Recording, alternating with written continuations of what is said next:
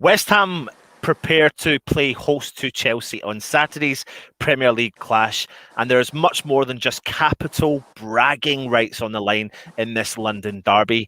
Chelsea reclaimed their place in the top four of the table with a goalless stalemate against Brighton on Tuesday, I think it was. Well, West Ham are now fifth, but only behind our opponents on goal difference. Welcome back to West Ham Managed United. My name is Anton. I'm joined by Matt as usual. Matt, Chelsea, mate, talk to me. What sort of stuff are we talking about for Chelsea? Where do you want to start? Well, just your brief thoughts, mate. Just your brief thoughts. It's been a mental week, hasn't it? I mean, obviously we're going to come on to that. It started with all that. Then they had the game at Brighton. They made a few changes. I think the manager said himself that he expects some of the starters to come back in. But even then, I think they got Real Madrid next week. I think they got Real Madrid Tuesday. So yeah. How many players does he want to risk? There's some players that apparently got knocks. He's going to risk them or save them for Real Madrid. Obviously, they had started Lampard at the start of the season. Now they've got Tuchel, who's got the pedigree of managing the big teams. I thought Lampard might have been a bit harshly done, but he's definitely. I know they shipped 5 goals at West Brom, but generally speaking, they don't concede a lot of goals now. They're They seem like a lot more possession based now, slow, methodical. Not hectic and running at it. I don't know if that's just because of the way he changed the team around recently, but they're a good team. He's pulled them right back into it. I think they were 9th when Lampard got sacked. Obviously now they're 4th, just in front of us on goal difference. Yeah. Well, I'll tell you what though, Matt, I'm going to interrupt you, mate, because listen, you're about to discuss everything Chelsea, but as we do on our show, we need to bring on the opposition fan. Let's talk the opposition. Let's talk Chelsea.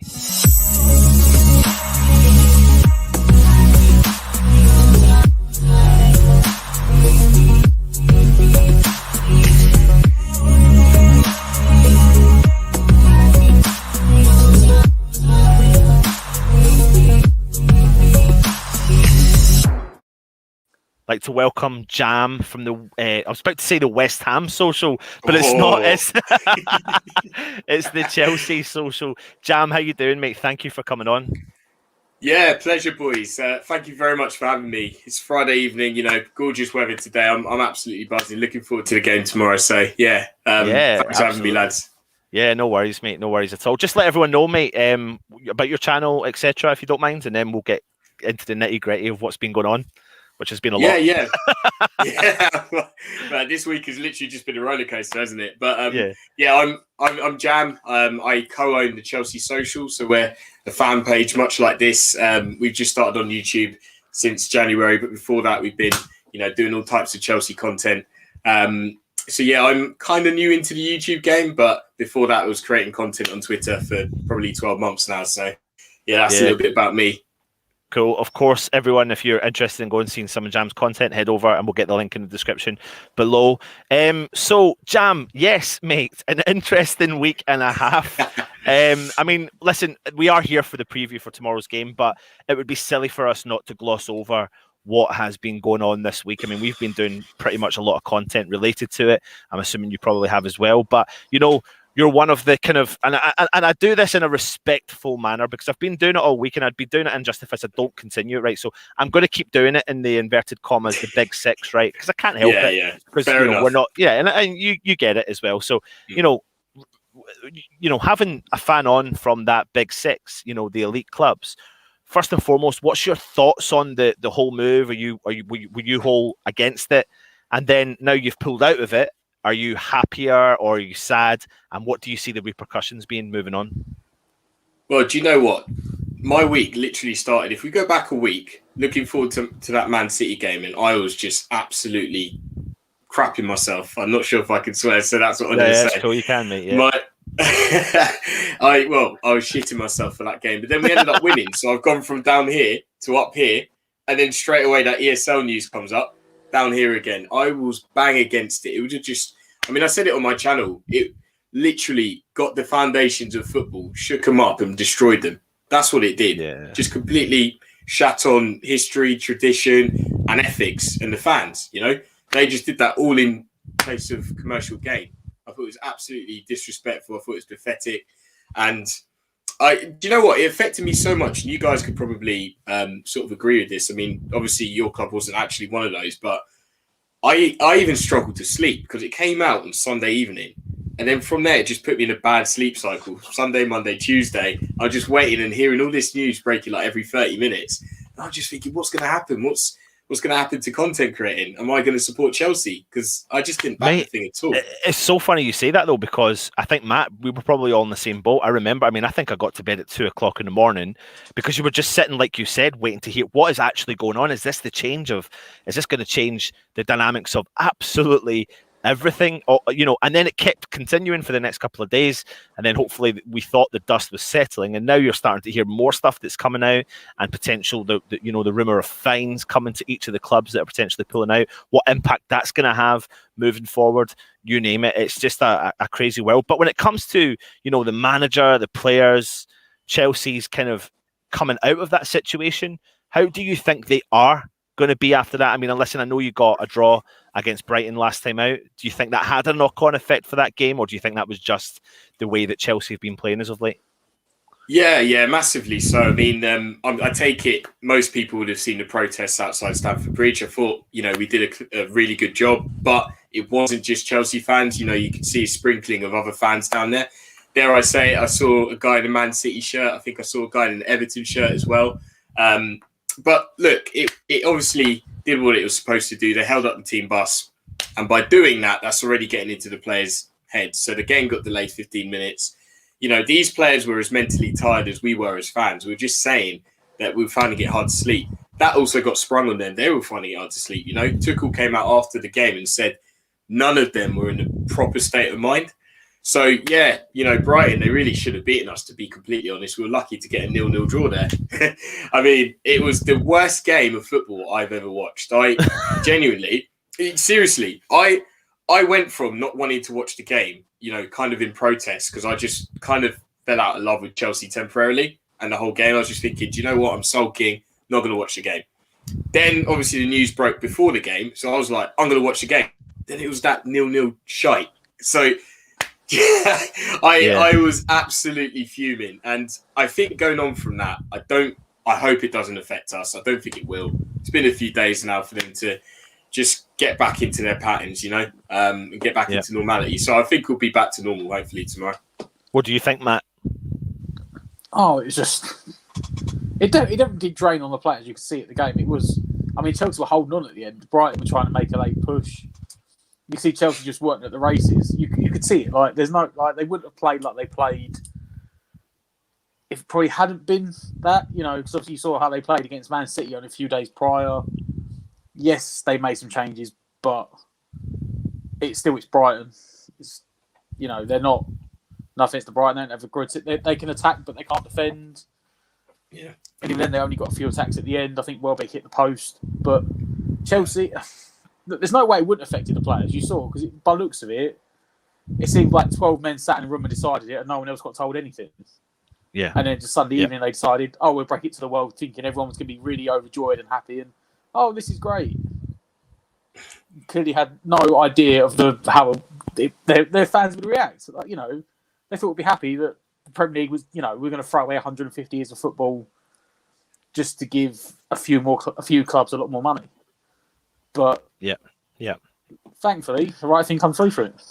Yeah, and just very briefly, I want to put this comment up, Matt. Just kind of reiterating what you just said, Matt. We never beat Brighton in the Premier League, and it's true. We don't tend to beat Brighton in the Premier League. Teams, aren't they? Yeah, they are. So it kind of contradicts your comment slightly. not for us, but for Chelsea. Chelsea would normally. I know. I get it.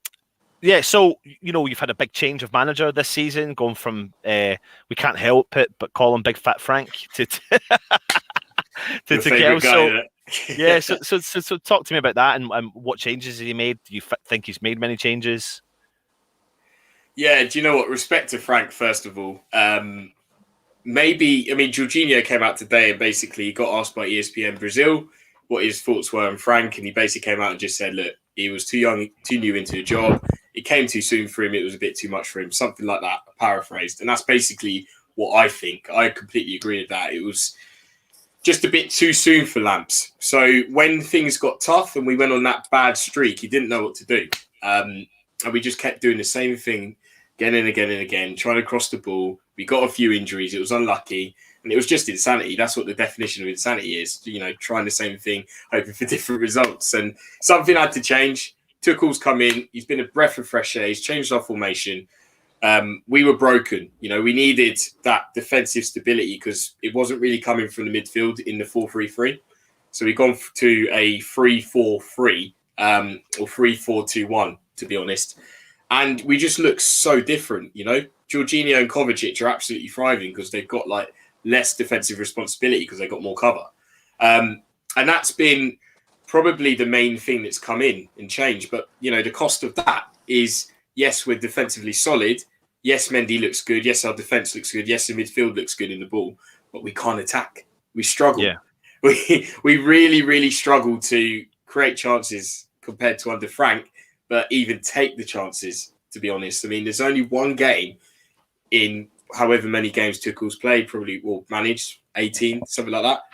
We've only scored more than 2 goals in one game. And that's unlike Chelsea, considering the teams that we played too. So, yeah, we've been solid. It's been an improvement, but yeah, there's still more improvement to go, to be honest. Yeah, it's funny when you actually look at the stats between the two clubs. 50 goals Chelsea have scored in 32 games compared to West Ham's 53.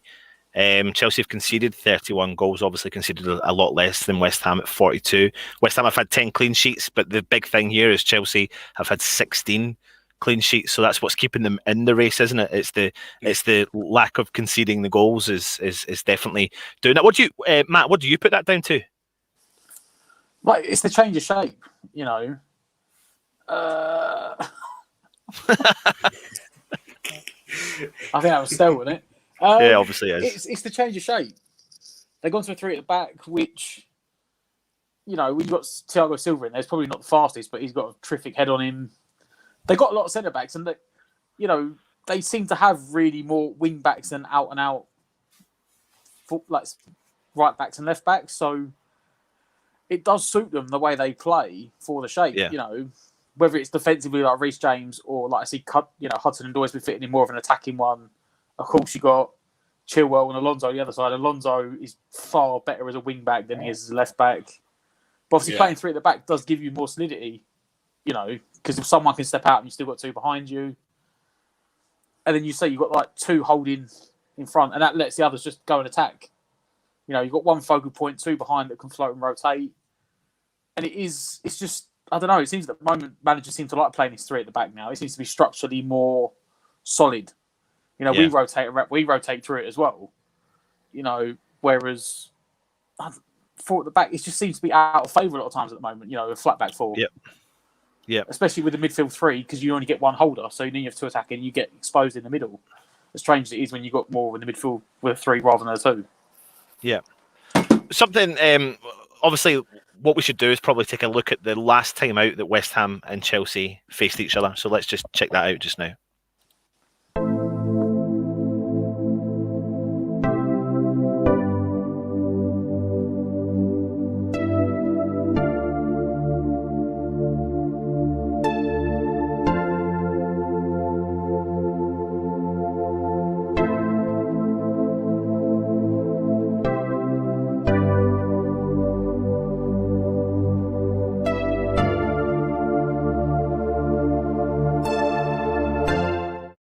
I mean, that feels like a long, long time ago, but obviously that was, you were 3-0 victors over West Ham, and that was under Frank Lampard. Oh, Dad, my dad's in the house. Dad, hope you're well, mate. Thank you. So since the last time out, obviously you beat us 3-0, and it was a, Matt, what would you say? How would you describe? I mean, it was. We were in the game for a long time. Yeah, we were in the game for a long time. Absolutely clinical when they got the chances. You Once they got the bet. first goal, we had to try and make it open, and that's always a downfall. We can't play wide open games. And then they said they were just clinical and finished us off. It was emphatic in the end, but we had some chances. We didn't take anything, and then Chelsea. I think did Abraham not step up and get 2 goals, didn't he, as well? Quite quick succession. But I mean, you don't really have a huge amount of injury concerns going into this game, do you, Jam? I mean, I think there's talk of, is it Azpilicueta and Chilwell look like they'll probably get called back into the team this week in space of Zuma and Alonso. Would that be right? Yeah, that would be right. I mean, one player we're going to miss is Kovacic. I have a thing where I've got nicknames for our players, and I call him the Croatian ankle breaker because that's what he does. He literally, if you see this guy dribbling, he's like Ndombele. They're just absolute ballers. You know, like the streets will never forget type of footballers. That is them. But yeah, we're going to miss him because he really does make it tick, and he just he literally completes an obscene amount of dribbles in a game. It's crazy. He really gets that transition going. So we're going to miss him, but I'd imagine it would be Jorginho Kante in there. But yeah, definitely get Chilwell back in there, and definitely get Azpilicueta back in there as well. Zuma wasn't really looking at it. He doesn't get a lot of game time, so yeah. Jam, just a quick question then, obviously, before we can even go further into the teams. What Stell's doing in the chat is saying, will Chelsea have one eye in the Champions League semi-final and play a slightly weakened team? What do you think to that? I don't think so. I think we can afford to play two strong teams, even if they end up being the same team. I mean, what is it? Saturday to Tuesday. Yeah, I think we can do it because he's already switched up the team the other day against Brighton. I think it was, what was it? Tuesday. So when you're looking at the long-term sort of weak fatigue, that's two games for strong teams, if that makes sense, with one sort of rotated. So I think we'll get away with it. I don't think it's going to be much of a distraction tomorrow, to be honest. Yeah. And another question is, do you rate Mendy? Or does he look as dodgy as Kepa? Do you know what? Mendy came in and solved the problem. We had a massive problem, a keeper that didn't have confidence, and every single team that played against us would shoot from range because they knew what would happen. So it was a negative multiplier, and we had to change it. We changed it. He's come in, done a really good job. But how good is that job? And we started to question that the more that time's kind of passed. And he's looked a little bit sketchy. I personally don't like us playing out from the back with him because he just doesn't look orthodox in possession. You know, he tries these Cruyff turns and it just looks like it's going to go wrong, to be honest. But as an absolute, you know, a goalkeeper that's supposed to stop the ball from going in the back of the net, he's all right. He's all right. I don't mind him. He's not world class, but he's okay. He's better than Kepa, and that's what we needed. Yeah, absolutely. Listen, I mean, I think was this Timo Werner, low in confidence, struggling to score, hat-trick, question mark. You know, it's a valid point though, Matt, isn't it? It's like, you know, a player that's struggling in his career, you know, he's had blatant opportunities in front of goal. He just can't find the back of the net. And what West Ham fans tend to do, Jam, is say, up steps West Ham. I mean, what's been going on with Werner? I mean, I play football at a combined counties level, if anyone knows what that is. I think that's step 7 or something like that. I play up front myself, similar to Werner, use my pace. I like to think so anyway. And I know what it's like when you're missing chances. Jam, West Ham need a striker. Are you free, mate? Sign me up, man. Sign me up. But do you know what it is? As soon as you start to get into that cycle of missing chances, every single time the ball comes to you, even if it's just taking a touch, you're going to overthink it. And you're not going to be instinctive, and you need to be instinctive. And he's lost that. He used to, if you look at him in the Bundesliga, he used to just get the ball. He's not even thinking and just whack it. Do you know what I mean? Bottom bins. You just slam it. But he's just lost that. He's even lost his technique now. And every time he shoots, he just drags it. And it's just one of those things where I think the best thing to sort him out would be to leave him on the sidelines for quite a stretch of time, just to kind of reset that whole mentality, make him get that fire in his belly again. Because to be fair, you look at his goals and assists, and I hate combining them because realistically we got him to score goals, but he's actually doing all right. I think his numbers are like second in the squad, like this season, maybe top. 6 assists, doesn't he? Yeah, I don't know how many goals he's got for you this season. Actually, I'm just trying to find that out. He's got 5 goals for you this season. Well. So I mean, his stats are pretty all right considering. But I think I suppose people see the negatives in situations, don't they? And they don't really see all the positives. I mean, what do you think, Matt? I mean, when it comes to the Chelsea setup. I mean, there's no ifs or buts about it. We know there's quality there. And I think there's a lot of rumours kicking about saying that maybe Kante will step back into the side again this weekend, Jam. Is that looking likely? Yeah. I mean, just to answer that question, I played for a team called Fleet Spurs. I don't think they'll be in Football Manager, sadly. But yeah, Kante will step back into the team. I mean, midweek against Brighton, we tried a bit of an experiment. We put, Spurs. We put Mason Mount back with Jorginho, like a 6-6 kind of pivot. And it didn't really work. I mean, Mace is a great player and he can do that and adjust to it, but he's been used to playing further up the pitch and we missed his intensity and that spark that he brings, further up the pitch. And at the same time, we missed Kante, his ability just to win the ball back is unreal, his interceptions and all that. So I think we'll go back to a Jorginho Kante pivot, get Mace further up the pitch. But yeah, we kind of missed Kante against Brighton, but he's fresh. So that's a positive. Yeah, absolutely. Well, if you don't mind, then what I'm going to do is, Jam, I'm going to bring up the side that Chelsea put out against Brighton, and then if you don't mind, kind of going through what football. Honestly, welcome to the chat. Welcome to the chat. I'm going to bring up the side you put out against Brighton, and just talk me through what changes potentially you think we'll see for the game tomorrow. Yeah, okay. Well, the first one's easy. I mean, Kepa's done well in a few games that he's played recently, but it's going to be Mendy back in goal. Tuchel confirmed that in his press conference. Now, this one's probably going to be Christensen in the centre of the three, Rudiger on the left centre-back spot, and Azpilicueta right centre-back. So I think Thiago Silva's, they're a bit unsure in his fitness. So I think they might save him for Real Madrid. That's a game he has to play, to be honest. So, yeah, we'll go Rudiger, Christensen, Azpilicueta. Right wing back, Reece James will play. We'll go Jorginho and Kante in the middle, and left wing back will be Chilwell. This is now where I'm not 100% sure, but I think he'll probably go Pulisic, Havertz, and Mason Mount. Right. But it might not be Havertz. It might be Olivier Giroud. I'm not sure. Because you guys will play a little bit deep and try and hit us on the break, which is my guess. But if he does that, then, I mean, if you do that, it's probably going to be Giroud. It probably should be Giroud, to be fair. But I don't know. I think that's 50-50, to be fair. Yeah.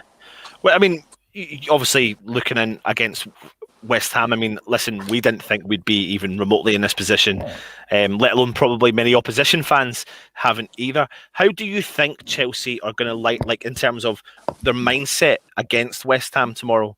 Because obviously, taking away what happened earlier in the season at Stamford Bridge, if we go back to the season before coming out of Project Restart, where West Ham come away, it was 3-2, wasn't it? Thanks to that Yarmolenko goal in the last minute.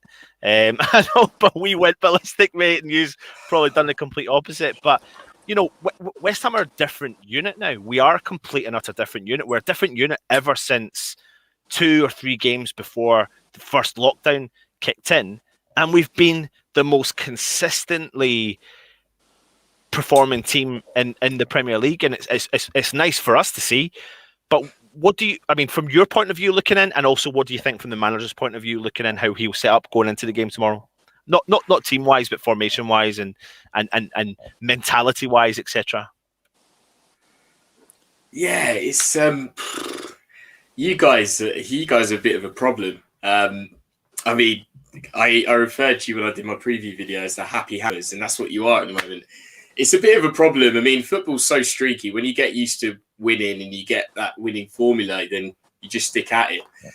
What I noticed is you've got a couple of key injuries, haven't you? You've got Declan Rice missing. You've got Antonio missing as well. So I'm wondering, because those are 2 players that I'd be naturally scared of. I'm wondering, how are you going to shape up now? Souček, obviously, he's a cracking player. I think he scored against us last year. And I'm also worried about Jarrod Bowen because I think he's quality. But, of course, Michael Jackson himself, Jesse Lingard, I don't want to see him dancing on that pitch. I don't want to see him doing a moonwalk. He's the one that probably worries me. So I think Tuchel's going to give you guys a bit of respect. But I'm almost tempted to want to let you guys have as much of the ball as us because I think it brings you out. And I think we're better off hitting you in the break then, if that makes sense. But if it's just us onto you, which is what you want, you're going to hit us on a break, and I think you win the game. Simple as that, to be honest. Yeah. It's funny, though, isn't it, Matt? It's like last week we had so much of the ball, and it was like at one point we were like, we don't know what to do with it, and we just couldn't break down in the first half against Newcastle. We just couldn't break them down. But when it came to the second half, it was like it took us 45 minutes to understand what we actually had to do. Once we clicked, the second half was a phenomenal second half for West Ham. We still couldn't get the result. It was just an unfortunate result. But if you take results into consideration in each half, it was a 2-1 victory in the second half. Here comes the Declan Rice questions. It's Declan Rice. But then, listen, we've been kind of joking this season saying maybe West Ham can tempt Mason Mount to West Ham. You never know. I mean... It's one or the other, isn't it? Yeah, it really is. But it's definitely going to be an interesting one. I mean, we're equal on points with 7 games to go. Everything's to play for, or is it, depending on what comes out of the rules and regulations and disciplinary action and all that sort of stuff. Before I come to your predictions, though, Jam, I mean, what do you think the repercussions will be of the situation that Chelsea find themselves in? So you mean in terms of the ESL? Yeah, in terms of the ESL. Yeah. I mean, I'll say what I would like to happen. So I've been kind of putting up a few polls over the last few days and discussing it with various people. There needs to be some sort of punishment to stop it ever happening again. Whether we were late to jump on the train and we didn't even know all about it, whatever the excuses are, it doesn't matter. We did it anyway. I think every single club should have some sort of points deduction for next season. Whether that's feasible or not, I don't know. But I think it just makes the league a whole lot more entertaining. And it kind of shows what they were going to be missing in that sense. As for what UEFA do, that could be sticky. Again, can they kick us out of the competition? It probably goes against what they need from us as a big, from the big 6 teams. they need us joining in. I'll do it as well. So maybe a points deduction there as well in the group stages for the teams. I definitely think we should get some fines, massive fines, and I've seen a few ideas of maybe redistributing that across the leagues. Yeah. But, they need to definitely get in some sort of legislation to say that this can never happen again. I think they're doing that. They're putting in something in place to say, sign up for something like that again, then you get expelled from the league. So that would probably be it. I mean, I've seen some wacky suggestions of relegating us and things like that, but that's not it. That's not it. Yeah. I've already asked you, we've already kind of discussed the player you fear the most. So I'm going to bring this back up again because I'm going to turn it into 2 questions. So just check out this video.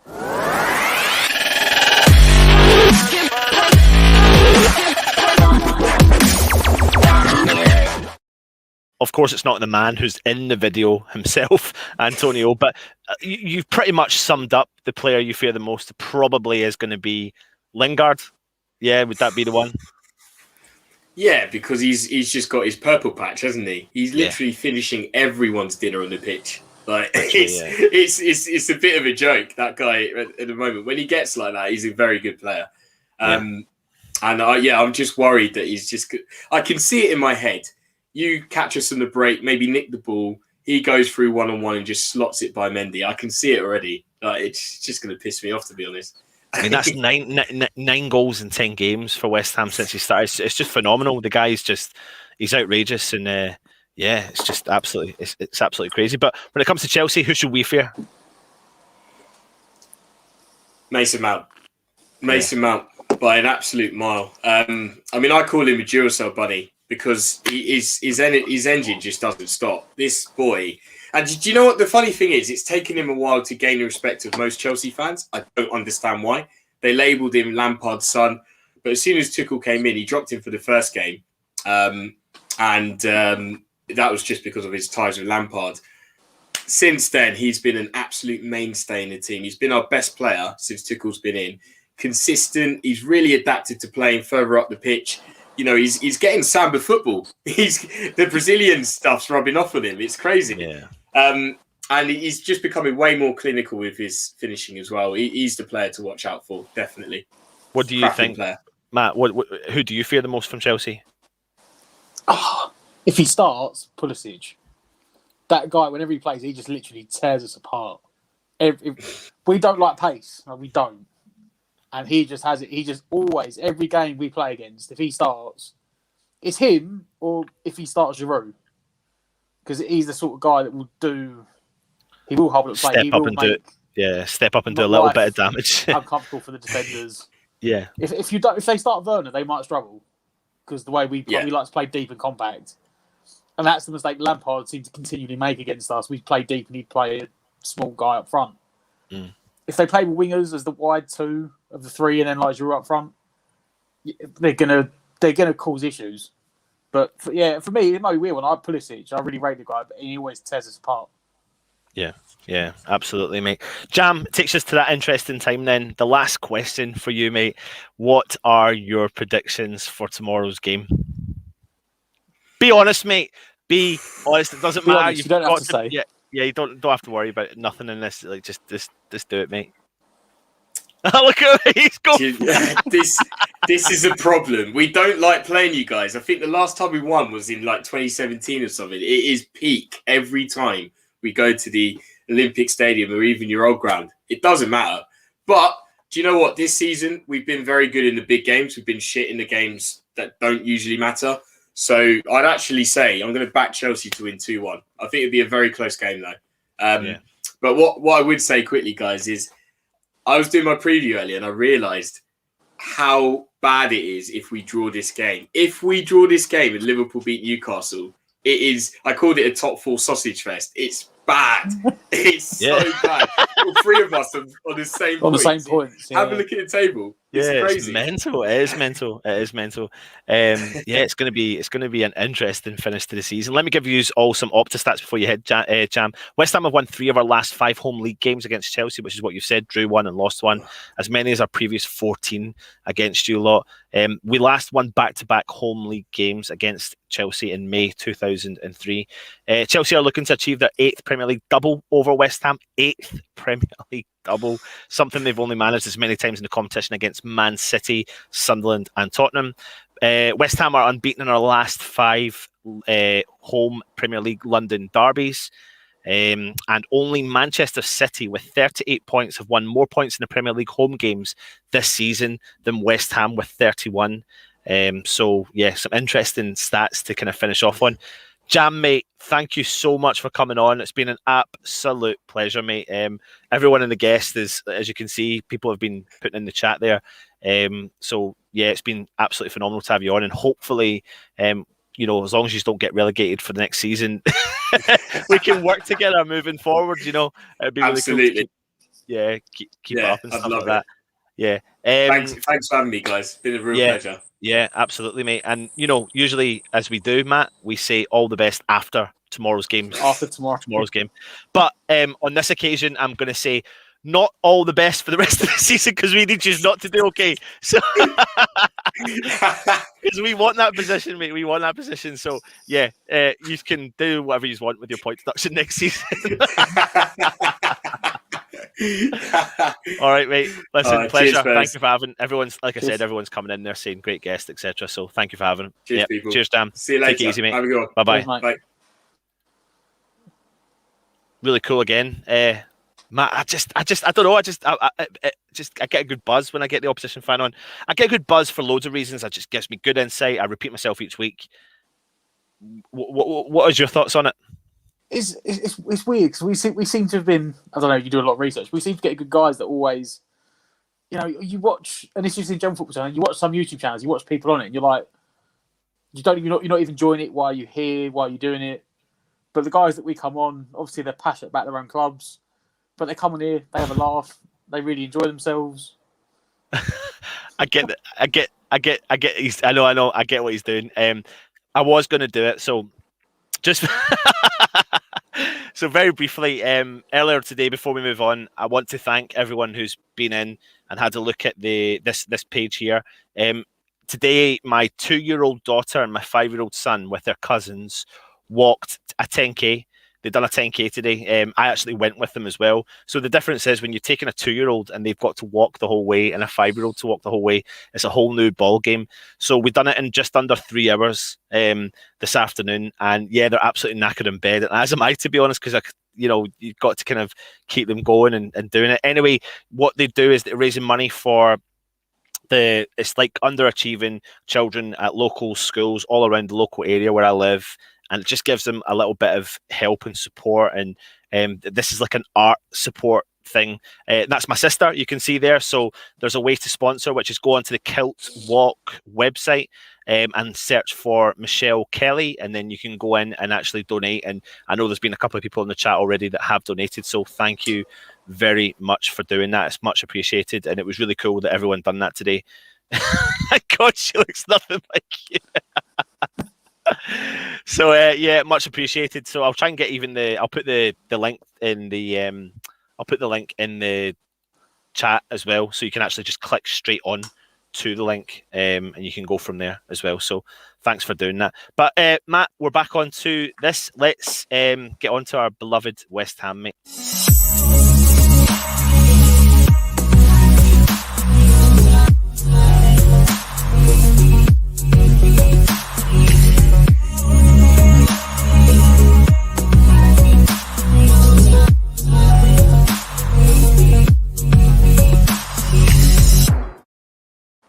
So people are saying they couldn't find the link, right? So quickly, what I'm going to do is, while we're actually on live right now, I'm actually going to go in and put the link in the. So all you need to do is literally click the link that I put in the chat, and that will take you direct to the page. So that's it there. It's on. It's coming on as we speak in 2 seconds. It's a real father with.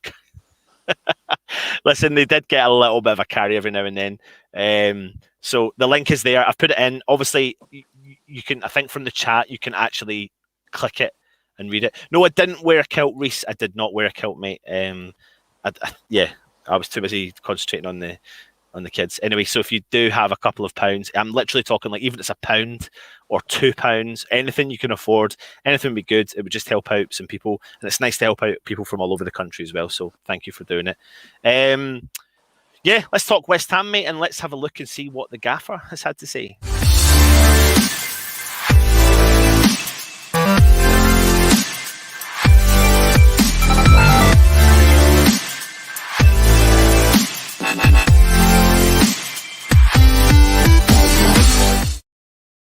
So let's take a look and see what Mr. David Moyes has been saying. I've been really disappointed with the clubs who got involved in it in relation to the European Super League, but the power, people have stood up. It's the people's game. It's not for billionaires. It's for everybody, and the people have shown what it means to them. The supporters of the football clubs have been a credit, standing up and saying we're not having it. It's been a great thing that football hasn't changed. Some people would love have liked it too. So I'm not going to go too in depth. We've already spoken about it. We've actually done so much content on it over the last week. So we'll just move on to see what else he's having to say, mate.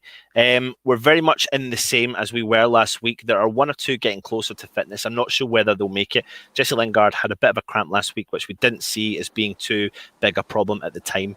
And he is fine, which is absolutely fantastic news to know that that man, mate, Jesse Lingard, is fit. I mean, where would we be without him? Well, especially with no Antonio, he's the guy that's really pushing us on at the moment. You know, he said he's essentially playing up front alongside Bowen or as a false nine. We would be struggling. We really would be. Yeah. Without his goals and assists. Let me just read you some stats, though, mate, in relation to Jesse Lingard. West Ham's Jesse Lingard has scored in each of his last 5 Premier League appearances for West Ham, with only Diafra Sakho ever scoring in 6 in a row for the club, doing so in September, through September, October 2014. And Jesse Lingard has been involved in 12 Premier League goals in his first 10 appearances for West Ham, 9 goals, 3 assists. Only 3 players have had a hand in more goals in the first 10 appearances for club.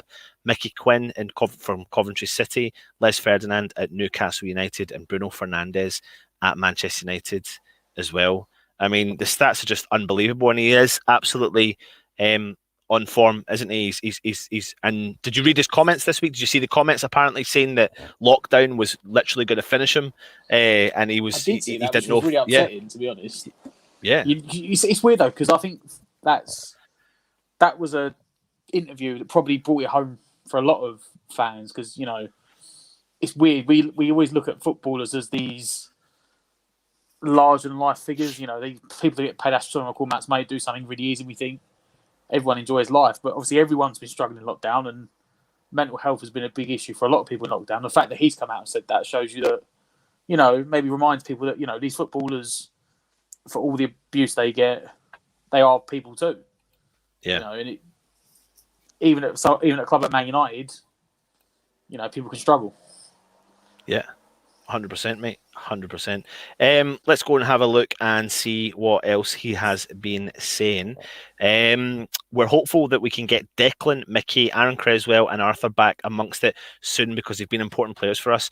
Cress is getting closer. We'll monitor it and see how he feels by tomorrow. But just some good news, which was seeing Declan Rice on the training pitch today as well. I mean, that's a positive sign, isn't it, for the future? Of course, he's not going to feature tomorrow.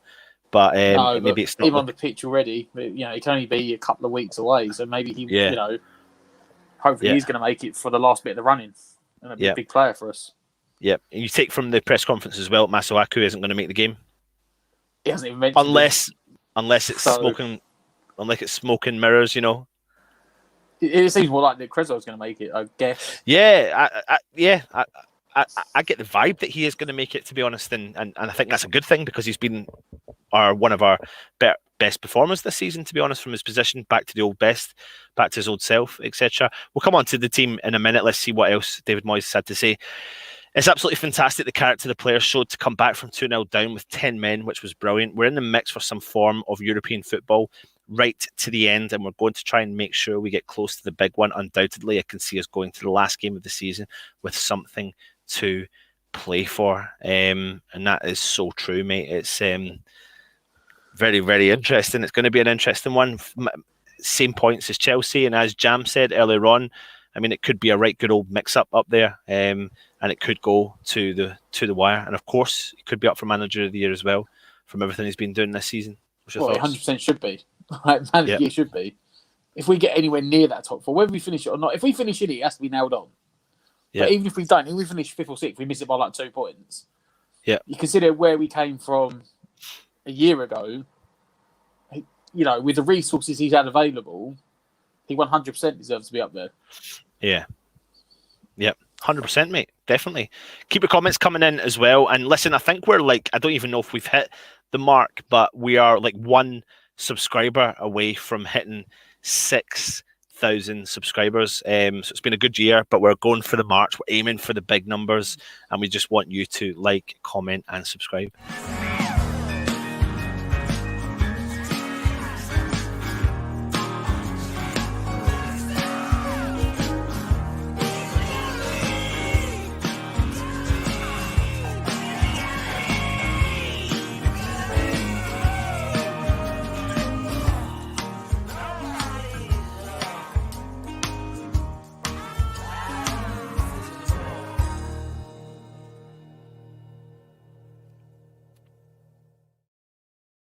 I get from that impression that we're maybe at the 6K subscriber, and again, taking the mick out of ourselves. It's taken us 15 years to get there. So, it's absolutely crazy. And then, listen, while you're at it, Forge from Iron are on. They've got their own YouTube channel. Go across there, hit the subscribe button to them, give the lads a helping hand to get more subscribers on there. I just watched a little bit of the show before you had on. You had Peach's dad on, which was great. It was nice to see as well. So really cool. I hope you're well, everyone that's in the chat as well. But listen, myself and Matt, what we're going to do is we're going to dissect the starting 11, see what we think Moyes will do, see what we want to do. But in the meantime, while we do that, get your comments in and let us know your starting 11 for the game against Chelsea tomorrow.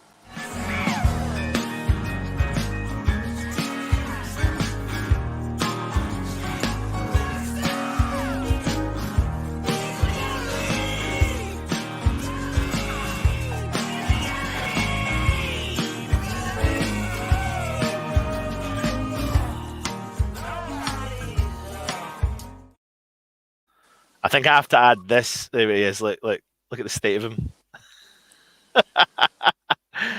6K. Thank you again for the donations. There's loads of chat. There's loads of stuff going on. We will come on to the chat as well. Cheers, Fo, mate. You're a total legend. Thanks for doing that. It's bad enough understanding Anton. Cheers. Thanks, Crazy Call. I mean, I try my best, mate. I think I actually am reasonably clear. But anyway, thank you. It's been a long hog, but we're there, and we've got a new direction, and it's all going well, etc. But Matt, listen, starting 11, there's been a lot of rumours kicking about this week that the man himself, Said Ben Rama, is potentially up for a shout to potentially start the game at the weekend. Of course, we're going to go through the 11. What's your thoughts on it, and can you actually see it happening? If Masuaku is not fit, and then it depends on the formation he plays as well. If Creswell and Masuaku are both out, yeah, I could see him change formation to a back four and bring in Ben Rama in. Yeah, because we'd just be running out of defenders at this point. Yeah, absolutely. Do you think it will happen though? I mean, listen, you always hear this sort of stuff, but you know, one of the biggest things I noticed in the Newcastle game was, apart from the second half, that the game was missing a ball carrier. And I know I go on about it a lot, but you do get specific games where you need a ball carrying midfielder. You need that creativity, that spark, that someone to work something, a bit of magic off of. You know, Lingard missed a Ben Rama type of player. Lingard missed a Lanzini type of player in the first half, if I was being brutally honest, and that would have made the difference. Is Ben Rama the type of player that can play against Chelsea and make a difference? Well, he hasn't really enough time to show it, is it? He keeps coming on and, you know, playing 5, 10, 15 minutes. Any player, no matter who you are, you need a run of games to do something. It's very rare that you find a player that can play for 5 minutes and make a difference. So, at some point, they're going to have to start giving him a run of games. You know, we've paid the money for him. We've brought him in, invested the money in him. At some point, you have to show that we are invested in him, you know. Even if you give him a run of games and then he starts coming off the bench and he makes a difference. But is it the right game for him? It depends. You know what? Moyes' mentality for the game will depend on if he starts or not. Yeah. If Moyes decided we're going to go for it, because like I said, we've got X amount of cup finals left. If Moyes decides we're going to throw it in the kitchen sink every game, he should play. Yeah. But if Moyes is actually thinking, you know what, there's only 6 games to go now, and we're still in there, and we've only got 2 hard games left, and this is one of them, he might go, you know what, I'm going to sit back today, try and make sure we don't get overrun, shipped a load of goals, like he done previously against like Liverpool, Man City last season, and then he'll try and give it in other games. For me personally, I don't know. It's going to be. I mean, should we make this a little bit easier? Let's bring up the team we put out against Newcastle. That'll help, right? Let's go from the back. Listen, Fabianski made massive errors in the game last week, but nothing's going to change there. He's going to start and goal. Yeah. Yeah. Yep. What formation are we going for against Newcastle? With the news that we think Masuaku's not going to start and potentially Creswell might be back, I'm taking from what he said today, again, putting 2 and 2 together about what Moyes does is talks about a player like we know, and I think that means that Creswell might be stepping into the team tomorrow. So if he does, and I'm taking it from that, what is he going to do? Because, of course, we've got one enforced changed with Dawson missing for the game tomorrow. I think he'll step in for Dawson. Yeah. I think O'Connor move back into the middle. Okay. Creswell will go to left-hand side. It depends what he wants to do with Johnson. Are you then saying that Diop stays in the team as well, of course? For me, I only see potentially 2 change. Well, one definite change, and the only other change I could possibly see would be Johnson. Right. 4. I think Dawson will be out, and it'll be either Creswell or Balbuena, depending on who's fit. And then possibly Johnson for Ben Rama, depending on if Moyes wants to attack or be more defensive. Yeah. What about the likes of maybe putting Balbuena back in that 3 at the back and swapping Creswell for Johnson and letting Creswell get further forward? So he hasn't. I don't think he's got it in him to get up and down as much as like Johnson has or Masuaku does. If Creswell came back in, it'd either be the back three or he'd go to a proper left back and we go with a flat back four. Yeah. Neil T, I thought Cressy was still out. He's not 100% still out. What we do is we take as much information from the press conference, and we've built up from doing that over the last several months, and realised that when he tends to talk up a specific player, it's usually the sign that they will probably get a sniff for playing. So, I think Creswell is available. Whether or not he starts is a whole new ballgame. Stel's going with Fabianski, Sufal. I'm going to take in your backline, Stel, because I'll come on to the top end of the team in a minute. So Stel's at the backs going Sufal, Diop, Balbuena, Ogbonna, and Johnson. Who would you have if it was that backline, the middle of the three? I would actually probably... It's weird. I'd rather have a Bonner in the middle. See, I think I would have what Stel's saying, Balbuena. I was going to say it's one of two. You either have Bonner in the middle because he commands the line better, or you have Balbuena because Diop jumps out. So you either have a Bonner on the left-hand side because he gives you that out-and-out left foot for clearing. Yeah. Balbuena sitting in the middle as the guy that's just going to sit in. Yeah. Or you have a Bonner in the middle just to be more commanding. But it's probably more likely to be Bonner on the left if Balbuena comes in just because he's got the left foot. So I think I'm going to go with, for me personally, I'm going to go with Fabianski at the back. I'm going to go with Augie on the left, and I think I'm going to go Balbuena straight swap with Dawson, and then Diop sitting on the right there, Sufal on the right hand side, and then when it comes to the Johnson decision, what does he do? What are we thinking here? I think he'll start Johnson. Yeah, I agree. I think it's all smoke and mirrors, and he's not going to start Benrahma. Really? The only way he'd start Benrahma is if Fornals goes out on that left-hand side. And he puts Benrahma in the number 10. What do you think, everyone in the chat? Do you agree with what Matt's saying? Do you think that it's all smoke and mirrors for Johnson starting and Benrahma still being on the bench? Or do you think it's a shout with Fornals moving over to the left, etc.? I mean, there's a shout for this as well. I know Fornals... Listen, I'm very aware that he is a glue that keeps West Ham together. However, I think there's a time and a place when you've got to have squad rotation. Squad rotation is key. Squad rotation is key, about... And also a manager understanding their players, when they can play and when they can't play, and when's the right time to play them and when's the not right time to play them. And maybe Chelsea can be got at, mate. Listen, I know they've kept 16 clean sheets this season, which is fantastic. But they're still there for the taking. We've seen it all that very much so this season. And if they're not scoring as much goals as what they've been used to, then maybe West Ham can pack up that defence like they've been doing. They are there for the taking, and it's West Brom showed you the other week. You need to sit back, be compact, and hit them on the counter. Yeah, that's what West Brom done. Put 5 past them. Admittedly, they had a man sent off, which really changed the game. And then Chelsea started trying to chase it, but. Just the way Moyes plays, I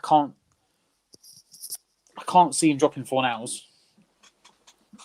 Yeah. For Benrahma, I said it for me. If Benrahma starts, it'll be he's dropped Johnson. Yeah. And he's gone to a flat back 4, and he's playing Fornals. So let's commit then. I'm getting myself confused now. Let's commit to the team, right? We've done the back line, so we're going to go with Johnson starting on the left. That's what we think he'll do. But is that what you want to happen? What would you like to happen there, or would you be happy with Johnson staying on the left? You've got to remember as well is that Moyes likes to be tactical, and Chelsea will play almost the same formation. Yeah.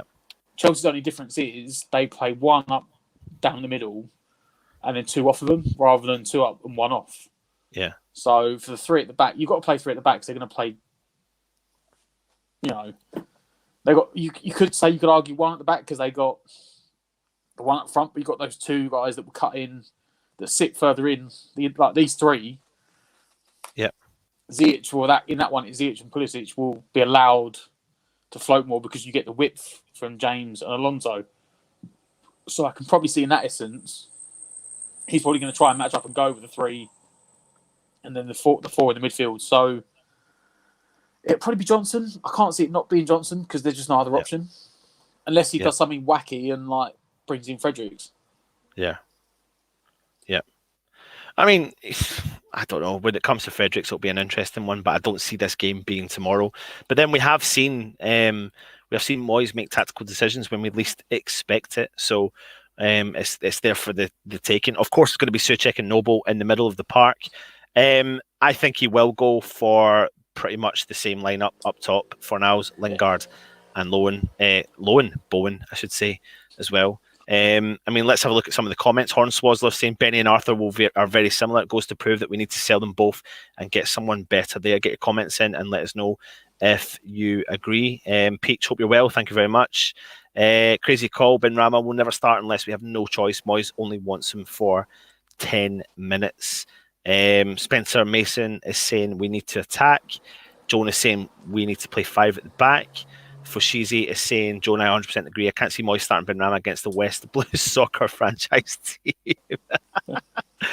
If Spencer's saying if fit, Creswell stick him in at left wing back. I can't see him starting Benrahma. Moyes will go defensive.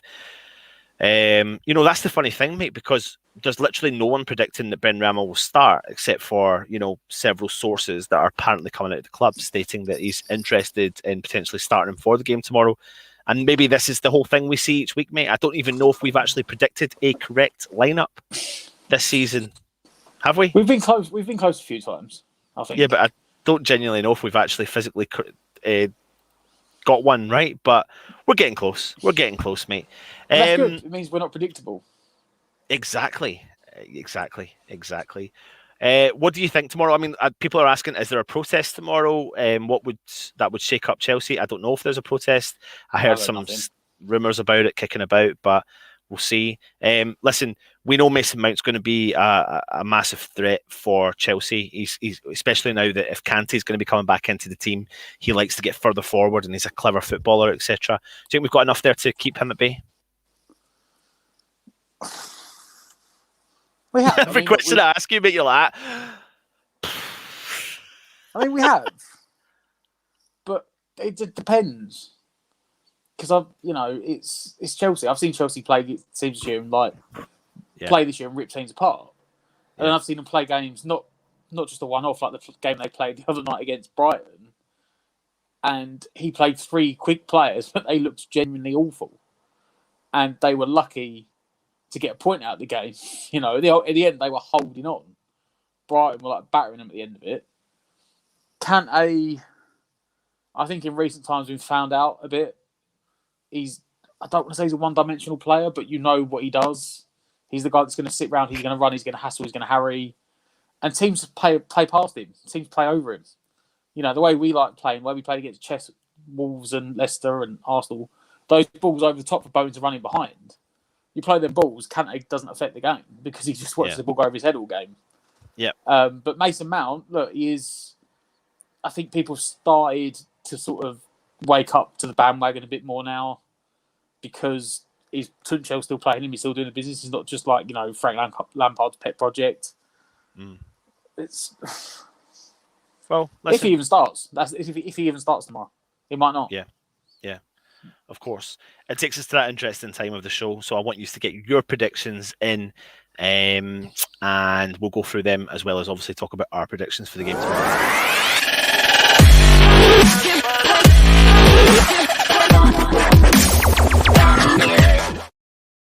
So kick-off tomorrow for West Ham is 5:30 p.m. We're live on the telly, but of course we'll be coming to you live from the Irons United headquarters, you could say. We'll be starting the show at 4:45. No, have I got that right? 5:30 kickoff. 4:15. 4:15. We'll be starting the show at 4:15 tomorrow. We'll be giving you some early team news and just having a chinwag about all things West Ham Chelsea tomorrow. So please make sure you come and join us for the Matchday Live. It's always a good bit of banter. And because it's a little early evening kickoff, I may have a little beveragini while I'm at it, mate. And I know you do. I mean, we were on the other day at 11 o'clock in the morning. You were already tanked in, mate. So, Matt, come on, mate. Give me your predictions. Oh, I don't often do this. I'm gonna go for a 1-1. Right? Okay. What? Nah, I'm removing you from the stream. I'm not even bringing him back on. It's just me now. So I'll finish off the preview. And I'm only joking. I'll bring him back in. Right, come on. Give me your reasoning. Because the draw, right? My heart says we're going to win it 2-1. Right? I think we'll win it, but my head, getting into Moyes' head, a draw isn't disastrous. Yeah. Because we've got lesser teams to come. He will know. Moyes will just go into this game tomorrow not wanting to lose. He won't want Chelsea to gain the ground on us. So, on that logic, I'm going to go for a 1-1.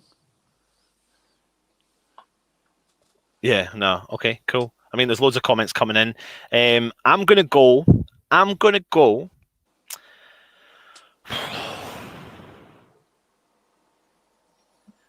for a 3-2 West Ham victory. Going for a repeat last year. Yeah, I've been quite reserved in my predictions as well, but I think this has got the potential to be a lively game. I mean, I know I say that sometimes, but it all depends on how West Ham set up and what team we put out. If Moyes shocks us with some crazy decisions, then it might change. But that forward line, Matt, that forward line of Fornals, Bowen, Lingard, and the potential to have Benrahma coming off or starting as well. If West Ham play like we did in the second half against Newcastle, we're going to cause teams problems for the rest of the season, and that's the intensity that we need to start with. That's the intensity that we saw for the 3 or 4 games before we played Newcastle in the first half, but didn't finish off the games. And then we turned up to Newcastle, didn't start the way we've been used to, but finished off the game the way we've been used to. Just couldn't get the result. We just need to find a balance of trying to do 90 minutes. Yeah, absolutely. So I mean, loads of comments coming in with everyone's predictions as well. Stu 2-1. I know you've been putting them up still. Sorry, I've not been saying them out loud though. Words and pictures has to be 3-2. Again, thanks for your donation, mate. Thanks for your donation to other people as well who've been having it. We'll be live at 4:15, as Stell's been saying. Matt does drink for breakfast. Yes, he does. Not that we're slagging that off. Each to their own. Still would turn up on time. That's true, actually, mate. That's true. He's drinking for breakfast because Still never turns up. Neil T 2-1. London is claret and blue. 2-0 to us. Suchek and Bowen. Gunning Man 4-0 Chelsea. Thank you very much, but no thank you very much. Joe 0-0 or 5-4. That's just about covers.